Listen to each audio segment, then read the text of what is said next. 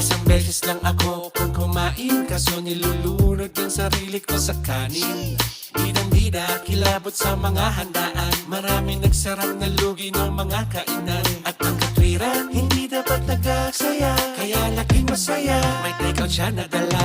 Laging taya sa tuwing naghahabulan, sa bus ginagawa akong unan. Ano ba yan? Hindi makayuko, hirap tumayo, ikaw na lang ang lumakad, yoko nang lumayo. Sawang-sawa